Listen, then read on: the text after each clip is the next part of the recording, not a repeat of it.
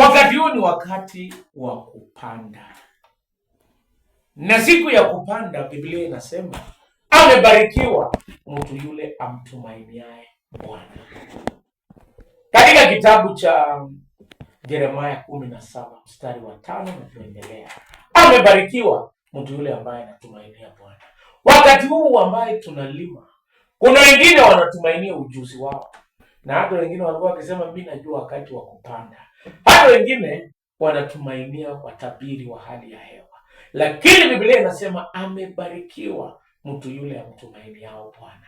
Wewe kuweka matumaini kwa Bwana, unafanya sehemu yako na unaachia Mungu afanye sehemu yake. Unatafuta mbegu, unatafuta mbolea, na wewe unaweka chini na unaomba Mungu atupe mvua. Wakati huu wa kupanda, tunaomba Mungu kwa neema yake akusaidie uweke matumaini kwa Bwana. Mungu abariki mbegu ambaye mtapanda. Mungu abariki mbolea ambaye mtatumia. Mungu abariki mashamba, kwa sababu amebarikiwa mtu yule ambaye anamtumainia Bwana, kama Mama Dibora. Mungu wa amani akubariki na watoto.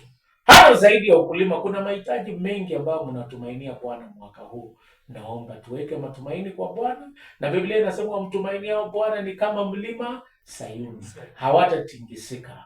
Weka matumaini kwa Bwana na hutatingizwa. Tabu itakuja, shida yatakuja, magonjwa yatakuja, lakini hautatingizwa, kwa sababu Mungu ndio yule jana, leo na hata milele. Biblia inasema mtu ambaye anamtumainia Bwana ni kama mti uliopandwa kando kando ya maji, ambaye wakati wote, msimu wote utazaa matunda. Wewe ulizaa matunda ukiwa kule Kimenini, hata hapa umezaa matunda, kwa sababu matumaini yako umeweka kwa Bwana. Mungu akubariki na akuongoze. Na tuombe.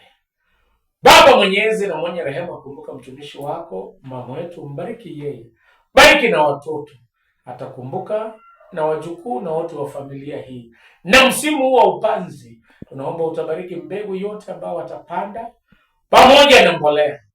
Bariki na shamba yao, bariki na wote ambao watahusika na kazi hii. Wabarikisha shughuli zao zote, kwa jina la Mungu Baba, Mwana na Roho Mtakatifu.